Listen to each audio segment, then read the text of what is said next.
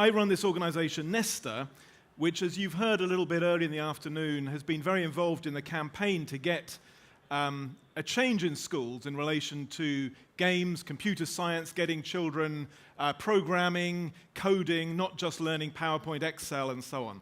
And in the next few months, with partners, including Nominet Trust and government, we're going to be launching a pretty ambitious program, really, of the next generation of digital education, not of technology in schools, but much more education in a digital environment, which is a very different way of thinking about things. But because I think you should always do things before you talk about them, I'm not going to say anything more about it. And maybe in 2 years' time, we'll come back and talk about all the amazing things we've done. Instead, I wanted to reflect on some of the underlying questions we've got here, which I don't think the answers are all that clear to, and I want to slightly unsettle you at this time of the day. The first thing to say is I'm not using PowerPoint. I've had a long relationship with PowerPoint, and I'm now going through a trial separation. And that's partly because I met someone a few months ago who said to me that if you're a speaker in a situation like this, you feel like the gazelle on the savannah surrounded by predators. All of you are the kind of lions waiting to tear me to shreds. And that's why people love things like PowerPoint, which distract attention of the predators from tearing me to pieces. So I'm deliberately making myself vulnerable here by not having beautiful pictures to show you. But I want to discomfort you in return. Our title here is Learning Without Frontiers. And I think the truth is, we haven't been talking that much about it, I think the truth is our education systems don't really do learning without frontiers. Nearly all the resources, nearly all the power lies within frontiers, within exactly the same institutions which dominated education a generation or two ago. And I want to ask why that's the case and how we innovate out of it. First, though, a little sort of multiple choice question. You may have heard of a man called Linus Pauling, who I think is the only person ever to win 2 Nobel Prizes. And he said the only way to have good ideas is to have lots of ideas and then to get rid of the bad ideas. So my question is, how much is the problem in education not enough good ideas or not getting rid of the bad ideas? So first of all, hands up, who thinks we have enough good ideas in education? Or let's put it the other way. Who thinks we've got a problem of not enough good ideas in education? Or is it, in fact, that there's lots of good ideas, it's just they're not recognized and given money? Yeah, okay, so about half and half. And who thinks we're good at getting rid of the bad ideas? Very few of you. And the question which, of course, follows is, how do you know which are good or bad? I'm going to try and sort of answer that question, or at least describe my experiences of it. I'm going to start off with what was my formative learning experience, which came when I was at quite a prestigious university as an undergraduate. And in the rest of my time, I spent doing something extremely embarrassing, which was selling encyclopedias door to door to earn money. And has anyone in this room been a door-to-door salesman or woman? Actually, quite a few people. Maybe there's a connection here. It's a really miserable thing to do on a rainy January night in Sunderland or Lincoln or whatever. Most people don't even open the door. Those who do open the door sort of slam it in your face. And once, for the few you could get in the door, what you had to do was talk for an hour about their family and education without saying the word encyclopedia. Because if you said the word encyclopedia, they would kick you out. Now, through that, I actually learned, I think, more than I learnt in my prestigious university at exactly the same time. And I learned partly because I was forced to engage with lots of human beings and learn about them and listen and talk, but also because the way it was run was exactly the opposite of my university. We first of all learned by doing it alongside someone who was really good at it. You watched and you learnt a master, salesman. I've since forgotten it all, unfortunately. And you got feedback, immediate feedback if you were doing well or not. And it also involved what Charlie was talking about earlier, empathy. And the 3 R's, in a way, of that kind of learning were, it was for real. You were learning because it was real. You didn't get any money if you didn't sell an encyclopedia. It was relational, building relationships was part of what the whole thing was about, and it was reflexive. You got this constant feedback about whether you were any good or not. And I've ever since thought that the key issues in education are in some ways about how do you get those three elements into learning, which is nearly always missing from schools and colleges and universities. And the more prestigious they are, perhaps the more these things are missing. Now this, I think, is really important to the title which Graham set for this whole session. How does innovation happen? Because I think most of what is written about how innovation happens is essentially wrong, or at least misleading. There's an enormous sort of tidal wave of guff about innovation, which says it's all about brainstorms or wacky out-of-the-box things, lateral thinking, and so on. If you actually look at the origins of most of the innovations which affect your life, let's say lighting or electricity or the car or the computer or the penicillin, which cures you if you're sick, where do they originate? What was the original spark? Was it a scientist having a brainwave? Never. Always, the first step was observation, was people looking at something in nature and then trying to recreate it, seeing that an eel created electricity. Could we create electricity ourselves? Seeing the light of the sun and seeing, could you create something like that to reinvent it? Or in the case of penicillin, seeing the bacteria working on a Petri dish and then spending 15 years trying to replicate that. And innovation, they always should start with observation of what happens in the natural world and trying to recreate it. Oddly, though, education innovation very rarely does that. It usually starts with a theory or a technology and then tries to impose it on children, and usually it doesn't work. So I think one should always start with understanding natural processes of learning and recreating them, resynthesizing them, and if you don't do that, most innovations fail. But the second step of almost all innovation processes is what I call assembly, or hybrids, or putting things together. I imagine most people in this room own an iPod. Does anyone not own an iPod in this room? Okay, a few sort of resistors. Now, some people think the iPod was a brilliant idea invented by Steve Jobs or Jonathan Ives. Absolutely not. If you take an iPod apart, it's an assembly of a series of ideas other people had. The Fraunhofer Institute in Germany came up with the MP3 compression for music. Lots of other entrepreneurs in Silicon Valley came up with digital music devices in the 90s, but couldn't get them to work commercially. The iPod couldn't work if Napster hadn't come up with a very different way of managing music listings.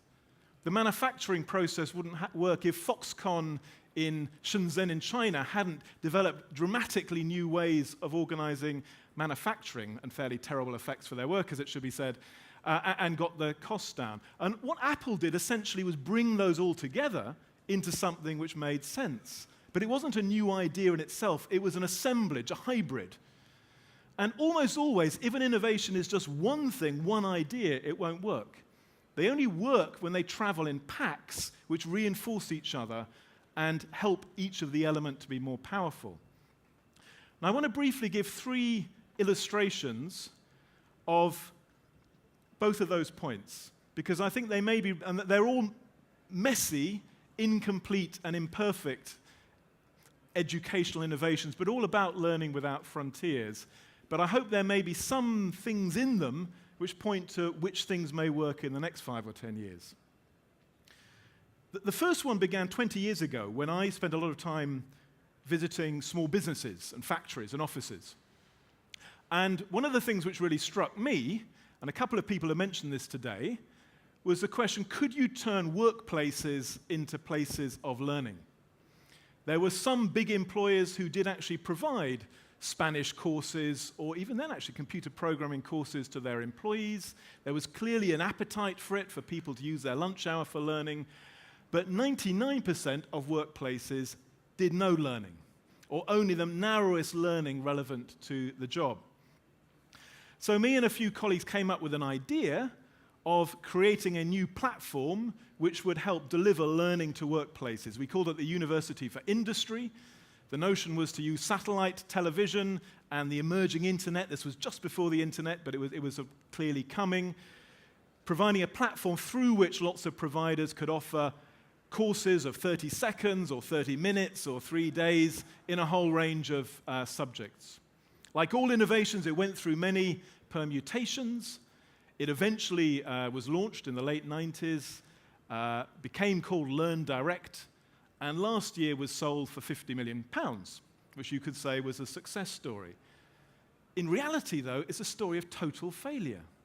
Because 20 years on, it's still the case in the UK, 99% of workplaces are not places of learning. There are no providers really offering, with the help of employers, the skills their employees need for their lives, their future career prospects, and so on. And if we're talking about learning without frontiers, not to have an answer to that, not an answer why this has been such a dismal territory of failure over several decades, I think condemns us all, and I'm part of the problem here.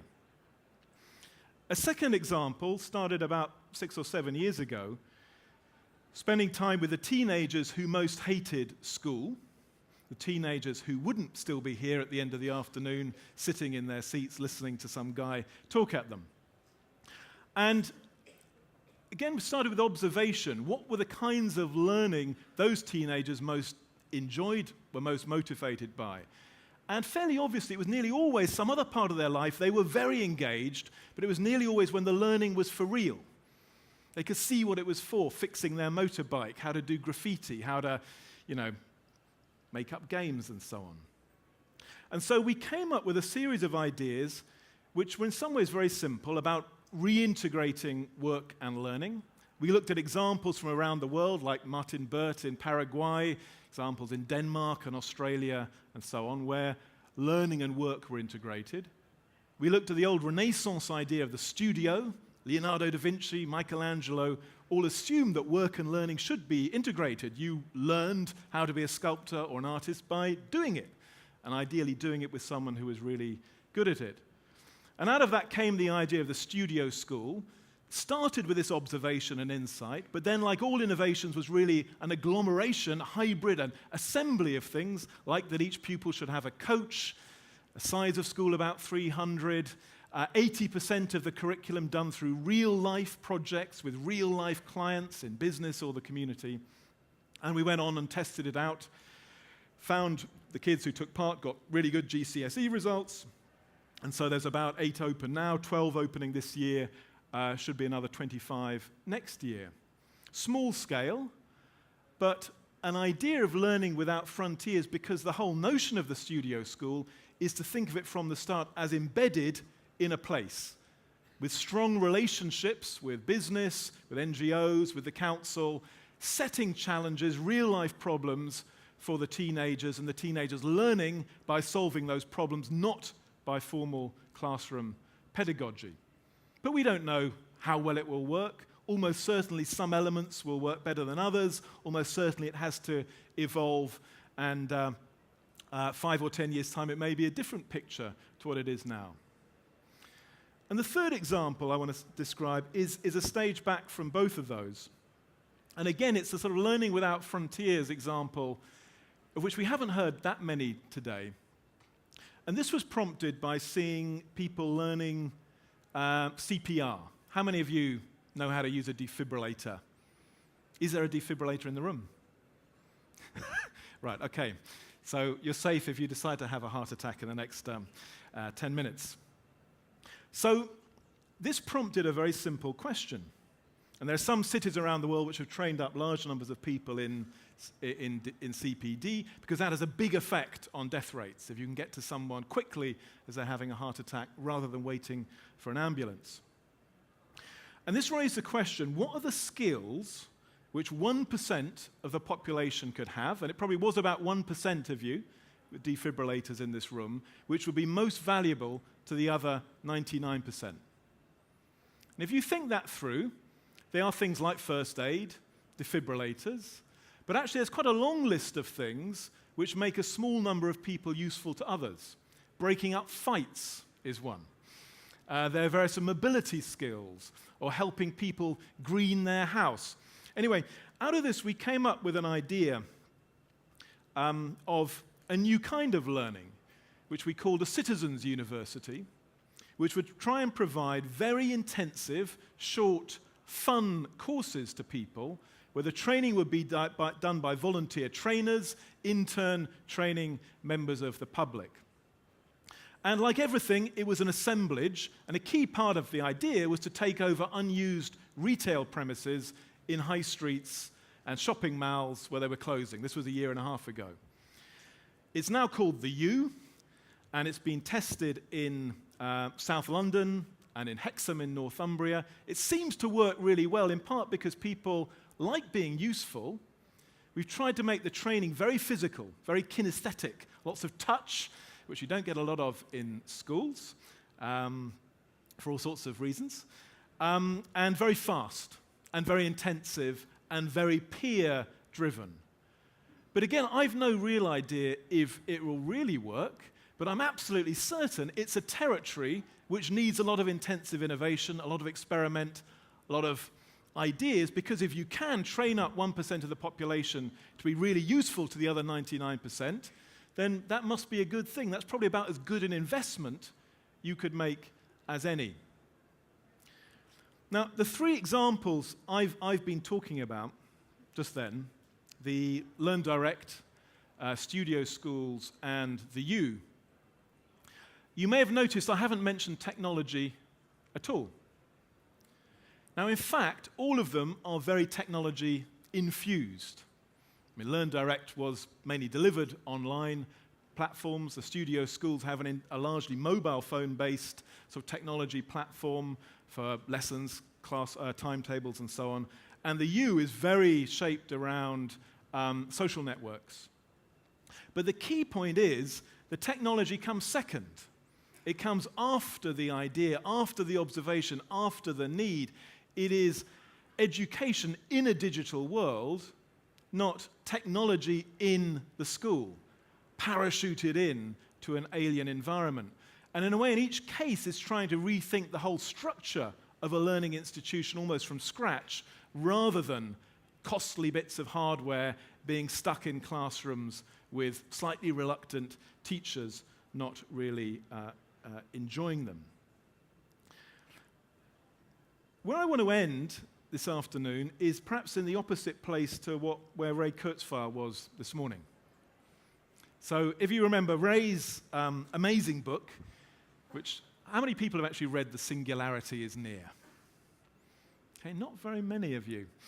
It's an amazing book about how we will all turn into machines in about 20 years' time. But when I think about education, what I find disappointing is almost the mirror of that so much of our education is actually rather singular. Schools too like other schools, colleges too like other colleges, training organizations. And I think our problem is that the plurality, if that's the opposite of singularity, is far. You know, the idea of an education system which is really diverse, really experimental, has really tailored different learning to different cognitive styles, different needs, etc., is a very, very long way away. And I think we've actually got a pretty chronic deficit of innovation in education for all the brilliant projects we've heard about today. And if I was to go back to Linus Pauling's point that the only way to have good ideas is to have lots of ideas and get rid of the bad ones, I still don't think we get enough good ideas, or particularly good ideas in these slightly unusual places, like what would a really good education project be in an unused high street shop, or in a factory, or that you maybe did your learning between midnight and 2 a.m. We don't have that kind of good ideas. But of course, the key thing which is missing in Linus Pauling's account is that every good idea starts off as a not very good idea. And it's only by adapting it and refining it and improving it and testing it that what is the germ of an idea becomes something useful. And then you need the ruthless selection to strip out the bad ideas. And I just want to recommend one other bit of reading, and maybe someone you might have to speak here next year. We're doing a lot of work at the moment on evidence and data, and how do you really know if something works or not. The digital education field is very evidence-free. It has to be said, for some good reasons and some bad reasons. There's a very nice book which came out just before Christmas, not about technology at all, but by a psychologist called Timothy Wilson. And it's called Redirect, and I would recommend you to read it. It's mainly about a new set of ideas in psychology, but it also, about half the book, consists of the best accounts I've read of programs in the US which seem really sensible programs for cutting teenage pregnancy, reducing crime, helping diverse communities to get on with each other. Programs which won lots of support from public bodies and states, were scaled up enormously. And then, when they did the rigorous randomized control testing, turned out either to have no effect or usually to have a negative effect. And I think in the fields we are in, and the message of this book, Redirect, and the many others, is in fact we're not nearly tough enough in throwing out our bad ideas. And that many ideas which seem really good, which you can do a presentation at an event like this and they sound so plausible, so appealing, so desirable, why not scale it up immediately? When you really test them, may not work, may have the opposite of effect intended. Just give one example, which you'll have all seen, because it happens in every country, projects getting ex-criminals to go into schools and warn kids off a life of crime, or ex-drug addicts. Obviously that's going to work. That will scare the living daylights out of the 14-year-olds, and they'll say, whoa, I'm not going to, start breaking into cars and so on. Absolutely the opposite effect. It gets the 14-year-olds thinking, wow, they're getting this guy to talk to me. They must think I'm a potential criminal. And something changes in people's minds as they rewrite their own personal story in exactly the opposite way than the teachers and the police officers think they're doing, and they then become more likely to commit a crime the next week or the next month or the next year than they were before. All of that is essentially a plea for combining the creativity, the more ideas, the developing ideas, then with much tougher selection of which ones really work. And I think for everyone in the digital education community, that's even more important, because there's been a lot of money pumped into this field. There's going to be a lot more money pumped in the future, but the likelihood is that a fair proportion of the things we really like won't work. And it's really important to have that almost contradictory psychology of absolute passionate commitment to your ideas, but absolute detachment to be willing to drop them if they don't actually serve the interests of the young people who we ultimately should be serving, not our own egos.